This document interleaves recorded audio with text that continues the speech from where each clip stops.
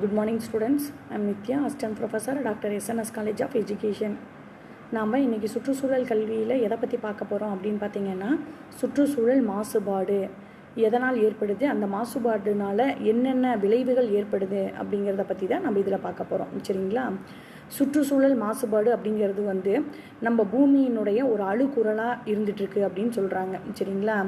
என்ன காரணம் அப்படின்னு பார்த்தீங்கன்னா, மனித குலத்தையே மிகப்பெரிய பாதிக்கக்கூடிய சவாலாக அமைகிறது தான் இந்த சுற்றுச்சூழல் மாசுபாடு அப்படிங்கிறாங்க.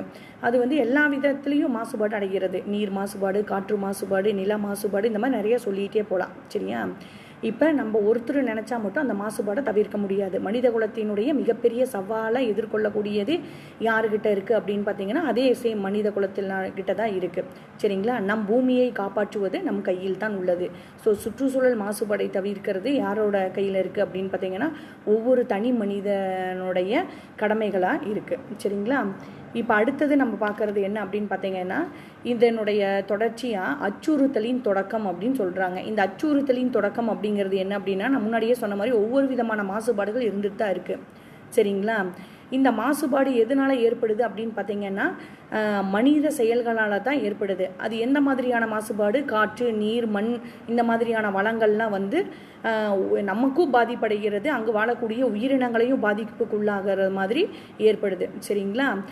சுற்றுச்சூழலை சமநிலைப்படுத்தி அதை சமநிலைப்படுத்தினா மட்டும்தான் நம்மளால் எந்த ஒரு பேரிடர்வும் இல்லாமல் நம்மளால் வாழ முடியும். பட் அந்த மாதிரி சமநிலைப்படுத்த முடியும் அப்படின்னு பார்த்தீங்கன்னா, சமநிலைப்படுத்த முடியாத ஒரு சீரற்ற போக்கு தான் இருந்துட்டு இருக்கு அப்படின்னு சொல்கிறாங்க. சரிங்களா?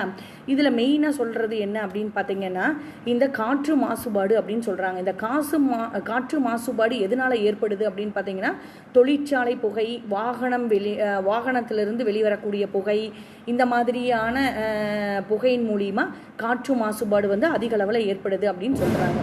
அதுக்கடுத்தது நீர் மாசுபாடு.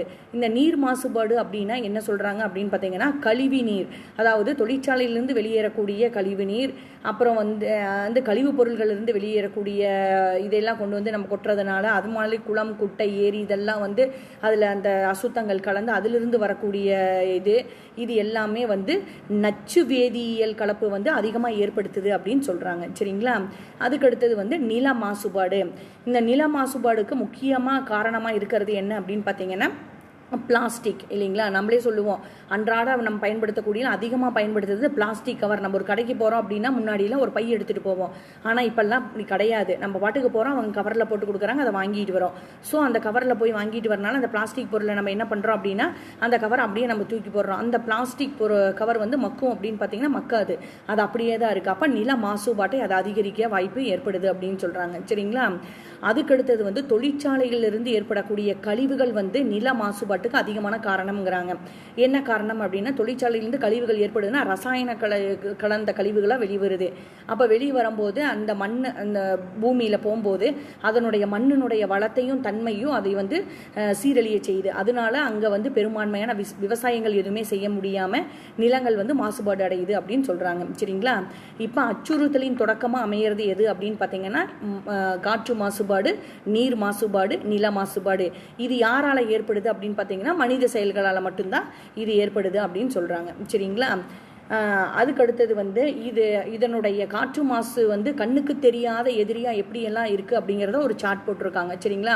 தொழிற்சாலைகள் மற்றும் வாகன புகையிலிருந்து வெளியாகும் நச்சு வாயுக்கள், அந்த வாயுக்களை சுவாசிப்பதனால எந்த மாதிரியான நேரடி விளைவுகள் எப்படி ஏற்படுது, அங்கிருந்து என்ன வருதுன்னா கார்பன் மோனாக்சைடு, கந்தக டை ஆக்சைடு, குளோரோப்ரோரோ கார்பன், அப்புறம் நைட்ரஜன் ஆக்சைடு, இந்த மாதிரியான வேதிப்பொருள்கள்லாம் வந்துட்டுருக்கு.